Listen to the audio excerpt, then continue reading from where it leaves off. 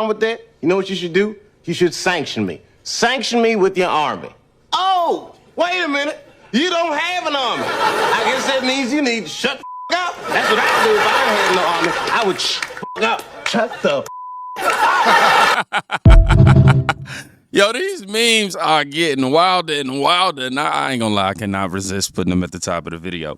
That clip is hilarious, but satire only works when there's a little bit of truth hiding inside the joke. Now, we've been saying this thing near every video now, because right now, if you listen to the actual updates coming out of the conflict, Iran thought they were stepping into a war of attrition. Instead, they walked straight into something very different. I want you to listen to the president himself describe this nightmare news. And you said it is a war. So which one is it? Well, it's both. It's both. It's an excursion that will keep us out of a war. And the war is going to be, I mean, for them it's a war. For us, it's turned out to be easier than we thought. But think of it, they had thousands of missiles, 7,000, 8,000 missiles. We got many of them before they got to launch. They have drones all over the place. We got many. Now we're knocking out the drone plants, as you know, going fast. They started talking about mines, so we hit 28 mine chips as of this moment, 28. Like using the same weapon, the exact same weapon that we use against the drug dealers in the water. We have, as an example, we had tremendous drugs pouring in through the waters, through the sea, and now we have almost none. It's down 97% through water. Now we'll do it through land. The land is easier than water. But this is a great honor being here. It's a great. Listen, I want you to listen carefully to what he just said there. For Iran, it's war. For America, it's excursion. That difference is brutal. Because what Trump is describing isn't a massive global invasion. It's precision pressure. Intercept the missiles, destroy the drone factories, sink the mine ships before they can shut down shipping lanes. And suddenly, the country thought it could drag the United States into a long war. That country is watching its military infrastructure disappear piece by piece. But before we go any further, I want to take a second to talk about something that honestly matters a lot more than people realize. Because while everyone is watching global conflicts and political fights play out here online, there's something happening behind the scenes that affects almost every single one of us. All right, I'm going to let me finish in a minute, but real quick, aren't you tired of getting these spam calls and text messages? Do you even know why you're getting them? Sit tight. I'll explain. You see, what's happening is these big tech companies, they're not doing a good job of keeping our data safe. They're not even trying, like literally. Recently, Bank of America had a breach where a vendor mishandled documents exposing customer data like social security numbers. And the reason why you ain't hear about this is because they feel like they don't need to inform you. They going to inform you months later when they feel like it. We all know in that data, it includes full names, addresses, email addresses, credit card info, which basically makes them you. And I don't want nobody being me. I like me. This is why I have to bring today's sponsor to your attention. Aura.com. You see, Aura alerts me anytime my data is breached, giving me fast fraud alerts and removes my info from data broker websites to cut down on that spam. Aura also allows transaction monitoring, VPN, antivirus protection, you got parental controls, identity theft insurance, and it's all in one affordable app. So listen, if my info was ever compromised to any effect, I wouldn't even worry because I know I got Aura in the background keeping me safe all day. This is why I would feel guilty if I just sit here and allow you and your family to go unprotected, man. No. So in order to ensure that protection, head over to aura.com/kingdomreacts right now. Get your first 2 weeks on your boy. You know what I'm saying? And don't worry, I had a link available for you in the description. All right, let's get back to the story, y'all, because while all of this is unfolding overseas, the political fight back here at home is getting even more chaotic. And the media narrative around this conflict is already starting to crack. Watch this. You can disagree with the war, but not the war effort. We are accelerating these bombing runs and their offensive output is collapsing. You have to look at it honestly, like these two colleagues to my left said. Everything that the Iranians have tried has failed. They tried to have a war of attrition, hunker down, let us run out of munitions and interceptors. That didn't work. They tried to hit the Arab allies. All it did was force them into America's arms. And then they tried to jack up the price of oil so the base felt the pain at the pump and the market could pressure Trump to take a knee. That didn't happen.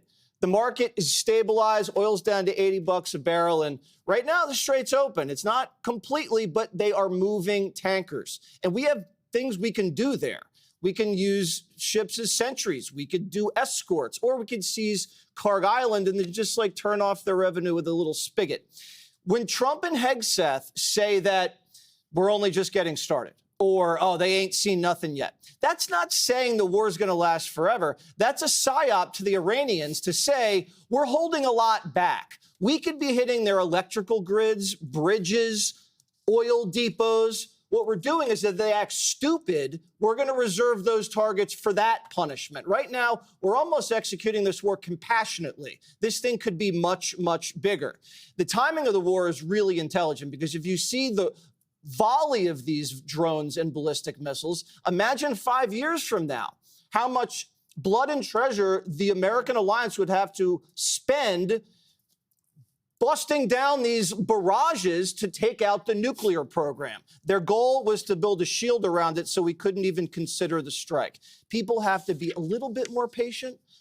We took 10 years to nail bin Laden, 2 years for Milosevic, 8 months for Gaddafi, 9 months for Saddam. Hitler died after 6 years. We got this guy in 50 seconds. You have to acknowledge how great that was. Now, this is where things get uncomfortable for a lot of people, because if oil stays stable, if the Strait of Hormuz stays open, I believe that's how you call it, if Iran's strategy actually fails, then the entire Trump-started World War III storyline collapses overnight. And that's the problem for a lot of commentators who built their narrative around exactly that outcome. But here's where it gets even more interesting, because the same networks criticizing the current administration have a very selective memory, especially when it comes to this last one. Lloyd Austin was former Commander General of CENTCOM, 4-star General, Pete Hesketh, Fox News host.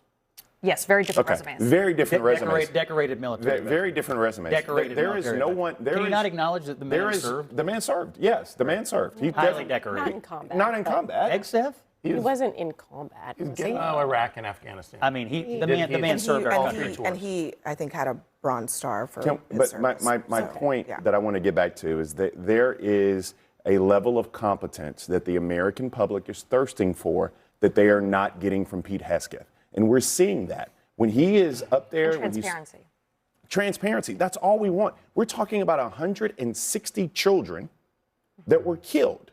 All we want is an honest answer that comes from you and the President of the United States. This isn't politics. This isn't Lindsey Graham versus Cory Booker. This is just tell us what we're doing, because we have 7 soldiers, as Abby corrected me last segment. We have 7 soldiers who've died. We have 160 children who've died. We understand that this is the fog of war. However, we want a level of competence from Pete Hesketh that we're not getting. I do think that we are What going is to incompetent know. about this military operation, in your opinion, in your expert opinion? I don't. First of all, I never served, and let me You're start quick by to say saying this that. is incompetent. No, I want to know no, what's incompetent. No. I think Pete Hesketh is incompetent. Why? I think What's happening? Because he has an inability to tell the truth. What did he say? What did he say that was false? Because we know what happened. No, we don't. They're investigating. Well, I mean, look, there is. Wait a minute. Whoa.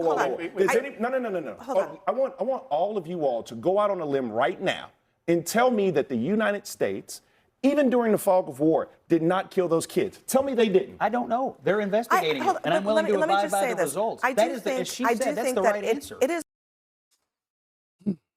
Notice how they frame it. Man, come on. Just this side, just go down. But like I said, notice how they frame it. They don't start with his military service. They start with the idea that he's just a television personality. That framing matters because once you convince people someone is unqualified, you don't have to argue about results anymore. But if we're being honest, when Americans think about major military failures in recent history, their minds usually go somewhere else. Investigation, and he took full accountability and responsibility for that. Did you agree with the president when the president, after all the Afghanistan investigations, judged it to be a raging success, President Biden? Well, I didn't say. Well, I didn't say that. He didn't say that. But there was he did also- not say it was a he raging said it was a- success. he said it was a big No, success. and Last night in Kabul, the United States ended 20 years of war in Afghanistan, the longest war in American history. the extraordinary success of this mission. He actually expressed the solemnity of the moment of the withdrawal and all the failures Yes. that went into but the that. commander So in that chief still was thinks it that was was great. done, and that was I do not think he investigated. came out when So, the deaths of service I mean, members were there. When we had deaths of you- service are you members, suggesting- saying it was He checked his successful. watch at the remains transfer, didn't he? He's bowed his head several times. He places his hand over his heart.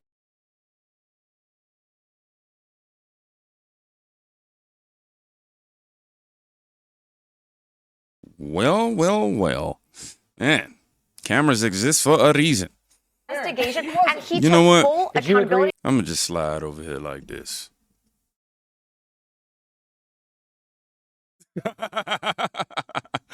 That moment right there stuck with Americans. Like my hair stuck up. 13 service members lost, though. You know, that's not funny at all. Just want to go ahead and bring the tone down to reality because you have families grieving. And a withdrawal that quickly turned into one of the most chaotic military exits in modern history. So when the same political class that defended the moment suddenly wants to lecture everyone about military leadership, people notice that contradiction. But the credibility problem, it doesn't stop there. Because something else just happened that perfectly shows why the trust in media is collapsing.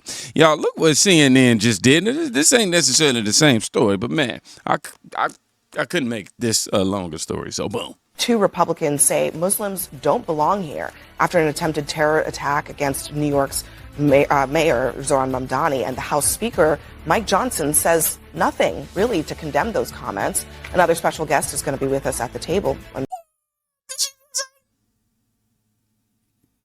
Now, I want you to watch how fast narratives moves. A story breaks, the framing spreads, social media runs with it, and then investigators release the details, which forces something the modern media ecosystem almost never likes to do. And that's walking your statements back. Ironic is, so supposedly some of these comments are as a result of the attempt against Mayor Mamdani in New York, who was raised Muslim, was he not, himself? Yeah. So they're being anti-Muslim and they're finally defending Mamdani over something. To be clear, the attack wasn't on Mayor Mamdani. It was on at his protest. house. It was attacking protesters, people protesting Mamdani. Right by his house. It wasn't to frame it as an anti-Muslim attack would actually completely reverse what happened. Someone who shouted Allah Akbar threw I'm saying that a they're bomb that finally didn't doing go off at the that protesters. Republicans are finally doing something. Ironic is. Abby Phillips issued this apology. I want to correct something I said last night. The bomb thrown in New York City over the weekend by ISIS-inspired attackers was thrown into a crowd of anti-Muslim protesters and not specifically targeted at Mayor Mamdani. That wording was inaccurate, and I didn't catch it ahead of time. I apologize for the error. Yeah, well, did she say this on the news? Everybody ain't got Twitter. But it also says let's just read the caption yourself. Just read it. And that right there is the problem. Even after corrections, even after the facts change, the narrative momentum keeps going, which is why most Americans are starting to question everything they hear from major news outlets. Because if the story keeps changing, people eventually stop believing the storytellers.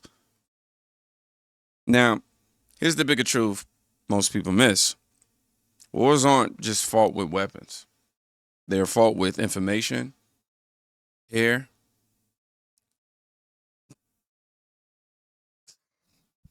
all right, they fought with information, all right. And in the age of social media, whoever controls the narrative over public perception wins. But narratives have weaknesses. They only tend to work as long as the facts cooperate. The narrative eventually collapses under its own weight. And right now, we might be watching that happen in real time. So, if you made it to the end of this video, I want you to write narrative collapse in the comments for me. Y'all be safe. Go check out somebody today. You can quite literally be saving their life. Peace.